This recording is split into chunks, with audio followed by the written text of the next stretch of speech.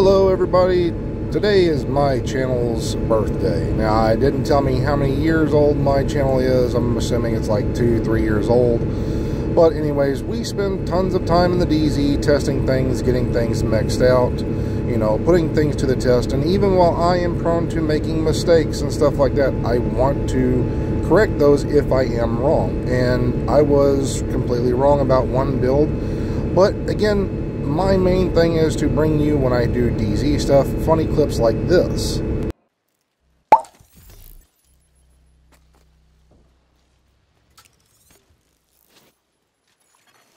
Rogue defender drone detected. Hostile defender drone detected. Be very, very quiet. I'm hunting rabbits. Ha! Hostile explosive seeker mine. To me, you little bastard! Whack! He's still here! Whack!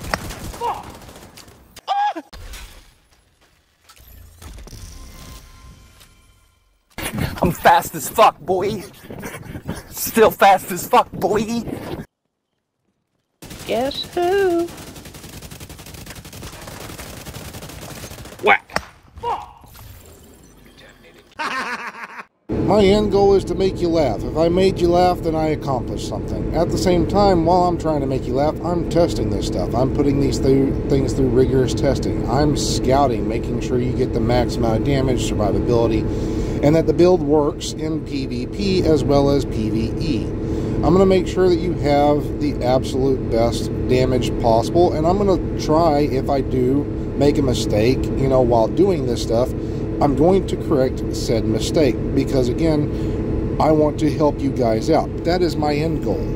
Now, if y'all have ever heard of Occam's razor or Occam's barber, if not, let me enlighten you to this. Occam's barber states that you are completely entitled to your opinions that are not supported by evidence. But the moment you spread that opinion as facts, you are a liar.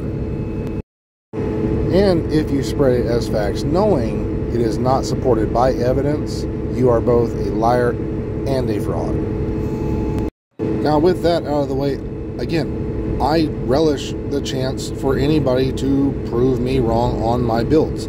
If I make a mistake, I make a mistake, but I will own up to it. Just like this gentleman right here had a question about my build and made a suggestion to it, because again, my builds are templates. Maybe I missed something. Maybe I gave you the proper information. If I didn't, please let me know. And this gentleman right here decided to show me and open my eyes to something. So let's take a look at what he said.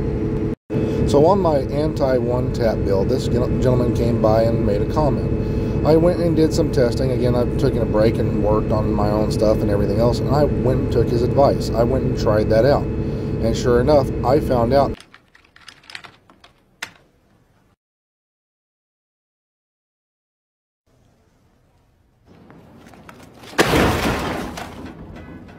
that he was right. Again, if I'm wrong, I am wrong. And he made a great suggestion. I don't need that extra 10% explosive resistance.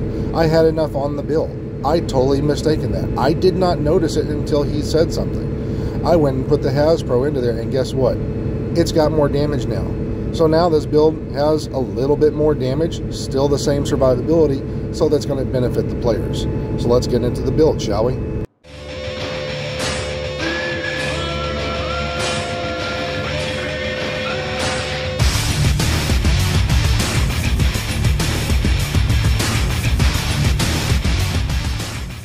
So to start this off, I'm just going to say thank you.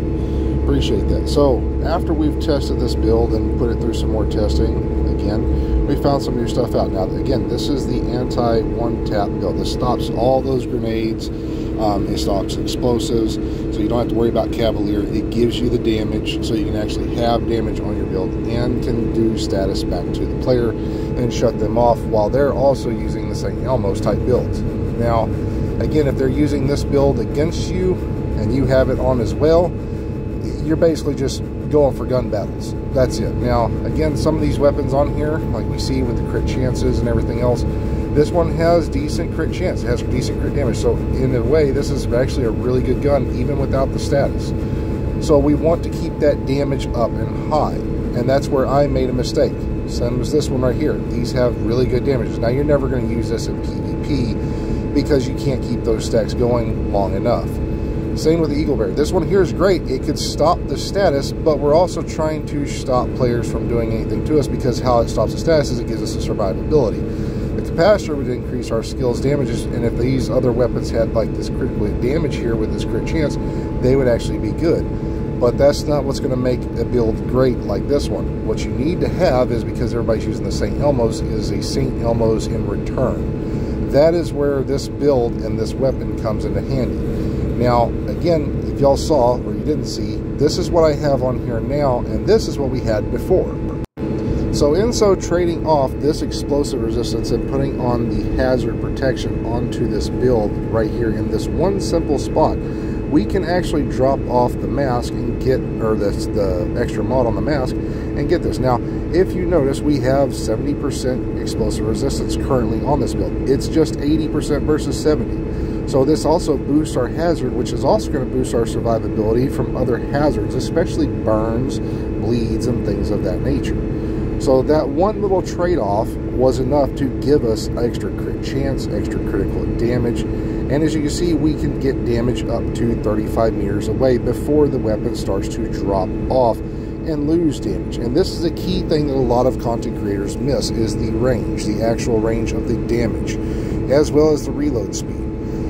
So with this right here, we're going to have about 70% explosive resistance, 40% burn, or 40% hazard protection, and 60% burn. So this way, you're not just stopping, you know, certain ones. You're stopping the major ones that do the most damage in PvP. And right here, like I said, we can have this extra explosive resistance and survivability with the Unbreakable, which players prefer to use. Now, you don't have to have the Unbreakable. You can have other stuff on here, whatever you want, damage-wise.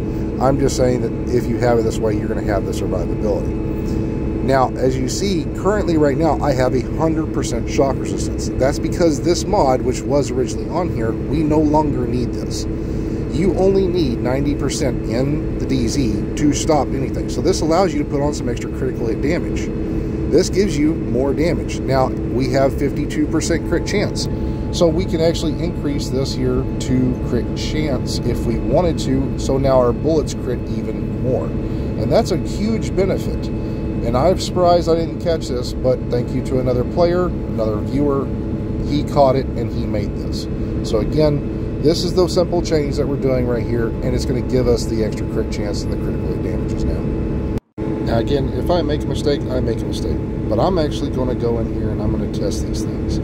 This is what I do. I take these builds in here. I'm going to test them here. I'm going to test them elsewhere. I'm going to see what happens, what damages you're going to get. I'm going to give you the best information that I can possibly give. How you take that information and use it on your own stuff, that's on you. But again, I'm going to try to do everything I can to squeeze out that tiny bit of damage to give you the most either survivability, damage, skill damage, heals, whatever the case may be for that specific one. If I miss some things like that, again, my bad. I missed it. If you catch it and you can correct me, prove it to me, by all means, please prove it to me. I welcome it. I want to know, because my community deserves the best. So, I'll catch y'all in here. Peace. Saduka.